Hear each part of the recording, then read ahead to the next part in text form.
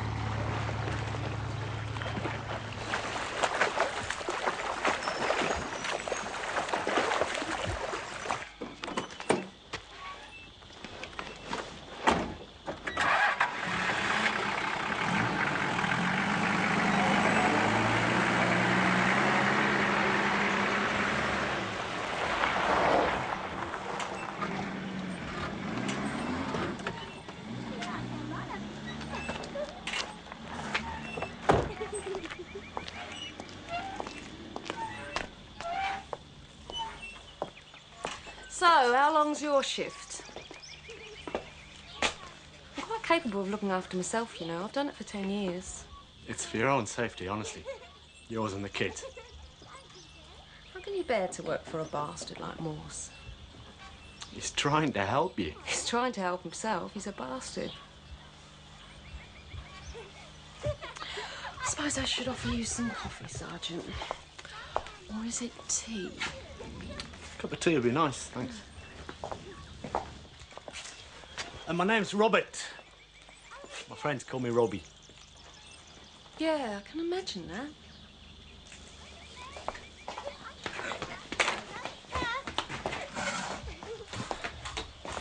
What your dolly's called, Tracy? Do you like my track?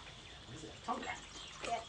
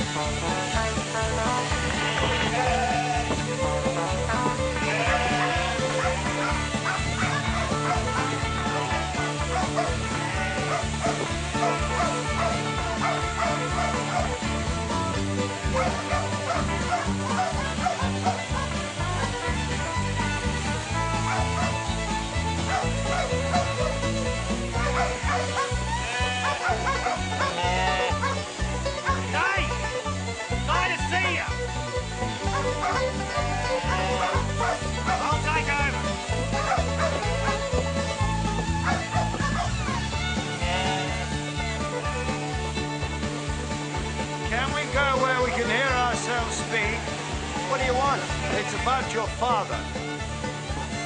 What about him? I want to talk to him. Who are you? My name's Morse.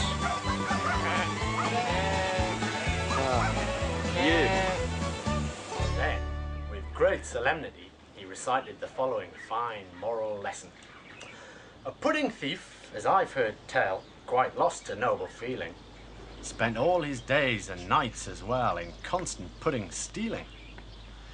He stole them here, he stole them there. He knew no moderation. He stole the coarse, he stole the rare. He stole without cessation. He stole the steak and kidney stew that housewives in a rage hid. No, he's still here. Why are you calling? Don't stop. Oh, of course you had to. Look, it'll be okay. We just have to keep our nerve. No one's going to find out anything. He stole the infant's pudding, too. Yeah, and stay away from here, please. I love you too. He lived that puddings he might lure into his clutches stealthy. He Do you want some more tea, Robbie? Do you remember much about England? Oh, I remember my name. Stone. I remember yours, too. You got us out here, right? I suppose so. Yeah, well, they'll hate you for it.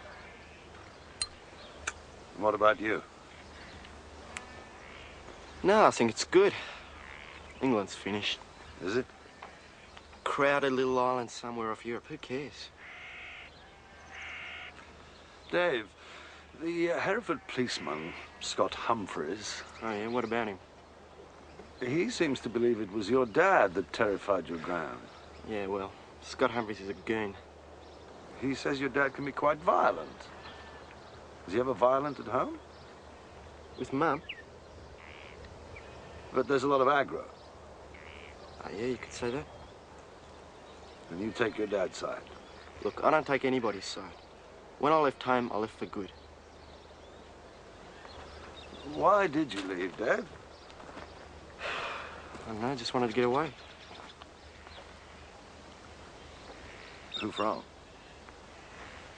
Mum, Dad, Scott Humphreys, a whole bloody lot of them. Dave, I badly need to know where your father is. And if you do know... Look, I told you I don't. And I don't care. I don't believe that. But you don't care. He'll turn up. Boomerang Bill, that's what we call him. He always comes back.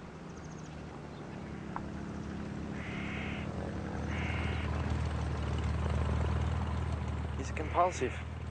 Stuck in habits you can't break. Where did you get that? Our school psychiatrist. Only intelligent person there. She reckons Dad loses on purpose. Because he feels trapped. If there's no escape, well, what the hell does it matter what you do? Do you feel trapped? Why should I? I got out. It's a big country, there's a lot to explore. It's wilderness. Unmapped, I like that. But it's so... empty. Yeah, that's why I like it. You can listen to yourself, really hear your heartbeat. If your father does get in touch, you'll let me know. Oh, yeah, maybe.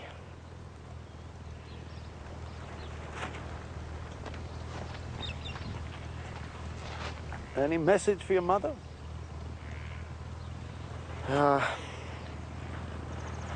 You can tell Karen I love her if you like.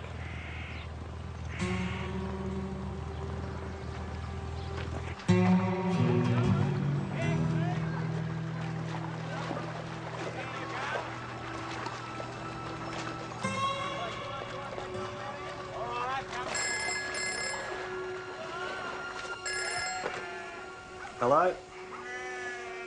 Yeah. Dave. Fine.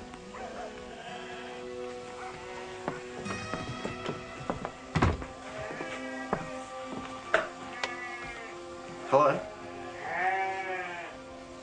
Hello?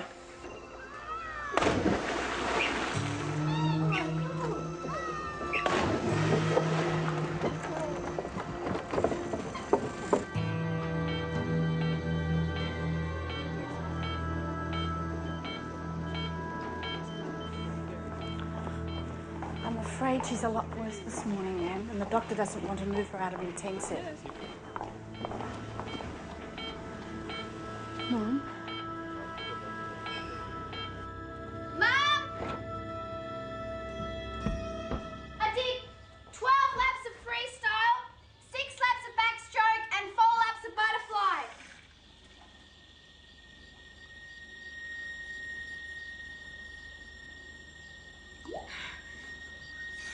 Mum!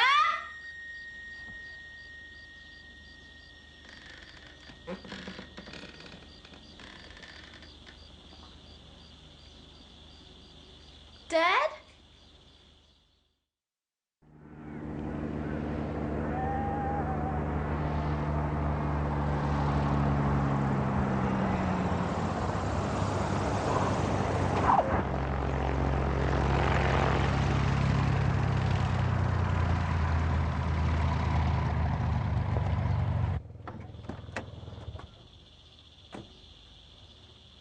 probably just playing truant. Karen's never missed a day of school in her life. Karen? Karen? What the hell's been going on in here? Oh, it's always like this. She hasn't been home, I'm sure she hasn't. Gone to friends? But Eileen tried everywhere, and anyway, she's in strict training. She does her legs, and she comes directly home to change for school. What's this?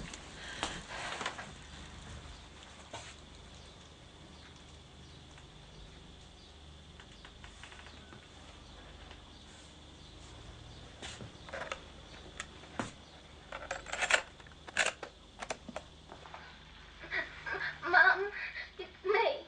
I'm with someone. He says he won't hurt me.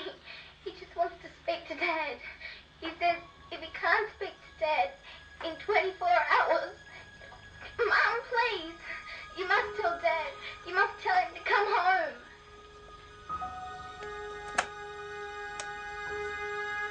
Why'd you have to come here? Why couldn't you leave us alone? It's ruined my life once. Oh, my God. Karen.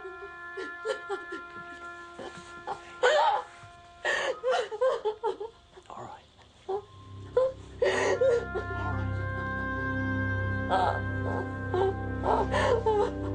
Lewis?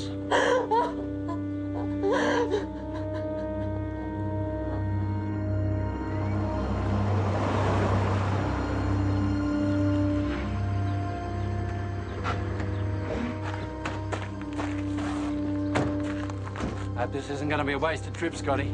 The old lady's dead, Glenn. Ah, shit. And we still can't find Mike Harding. Lied. You lied to me. No. Someone in England has found out where we are. We don't know that. Oh, what crap, Morse. What really brought you out here? I've told you I want to stop a lot of villains who belong in jail from getting out.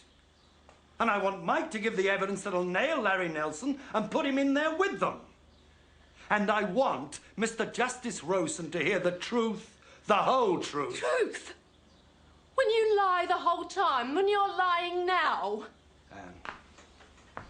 I don't care, and it doesn't matter whether you believe me. But someone else certainly does want to see Mike urgently. Someone who's not as polite as we are. Someone who's prepared to attack an old lady and kidnap a young girl in order to get to him. Now, it's vital for his own and Karen's safety that we find him first. I'm going to the police. All right, good.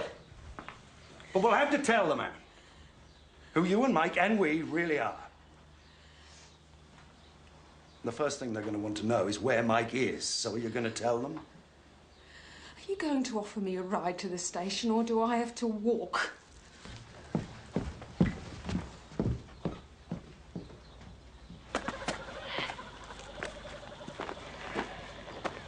God knows why, but she's still lying. What? Oh, she knows where Mike is. This morning, before all this, he phoned her. Thank you, Lewis.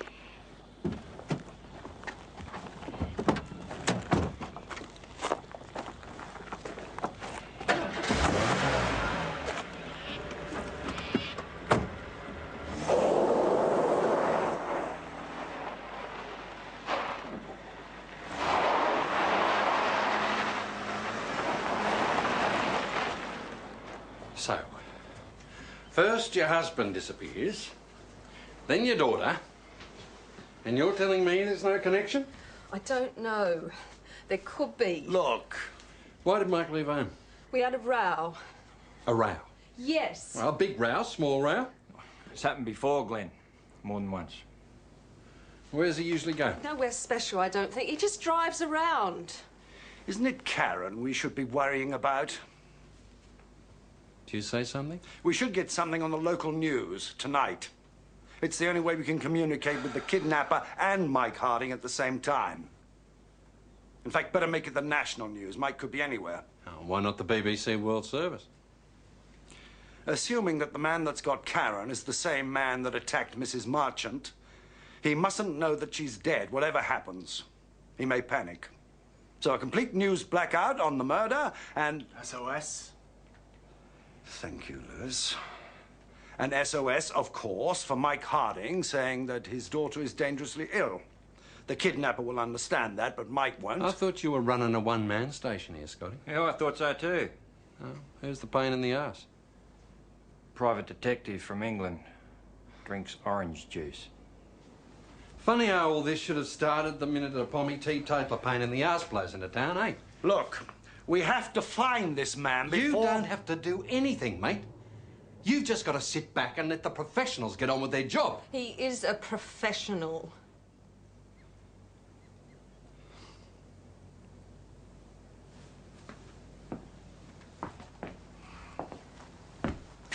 We're here on confidential business.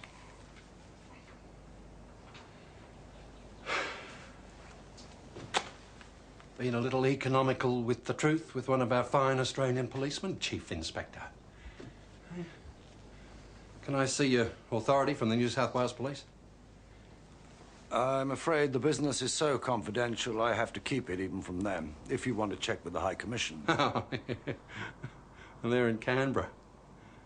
And I'm afraid even the British High Commission can't give you the right to carry out an investigation in New South Wales. Yep. Yeah, it's Gary, Tim. Can we, Oh, yeah. Right. Yeah. Okay. Scotty, Gary will get the details of the Harding's car, while the Chief Inspector and I have a quiet little word together. Okay. Glenn, that was Tim. He said we've got to go with the urgent missing person, but keep the kidnap back, and say the girl's dangerously ill. Just what you suggested, sir. Yes, sir, you did, sir. Didn't you, sir? What a clever pommy bastard you are, sir. Okay, Mrs. Harding. What's the make of car, please? Panel van. Holden. And, colour? Green. Registration? NUH 689.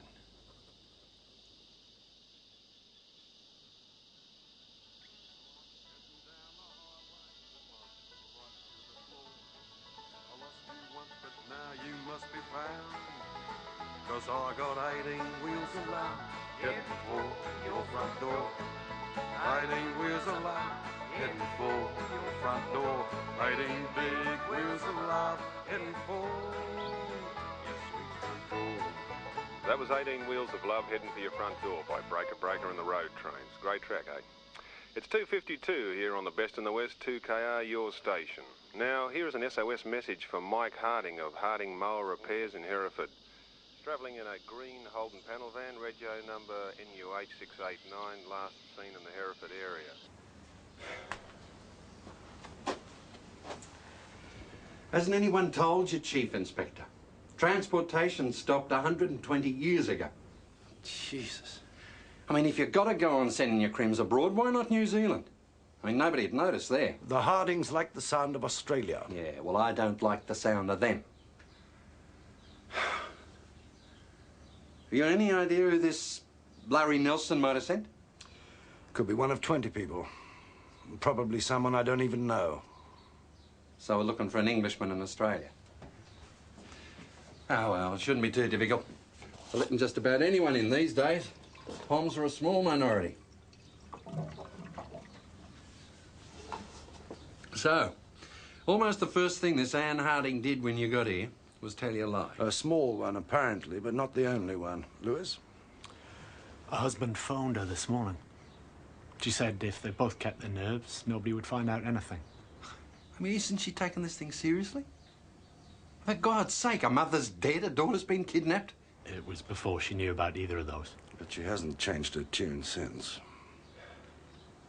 Well, if you ask me, daughter's perfectly safe. What?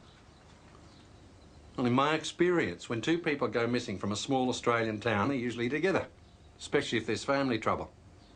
I reckon the girl's with her father. In my experience, fathers don't kidnap their own children, except in divorce cases. It could explain a lot, though, sir. Yes, sir. Explain everything, sir. For God's sake, why would he get his daughter to record a message in which she pretends to be kidnapped? In which she says, we have to find Mike Harding. To scare the hell out of his wife! It's the sort... It happens. It's ludicrous. Mr. Morse, you've been very helpful. If you'd like to call around in the morning, I'll let you know how we're getting on. Sir, you are a visiting private inquiry agent, remember? That's NUH 689. Now, listen, a bit of bad news for you, Mike. Your daughter Karen is seriously ill and she'd like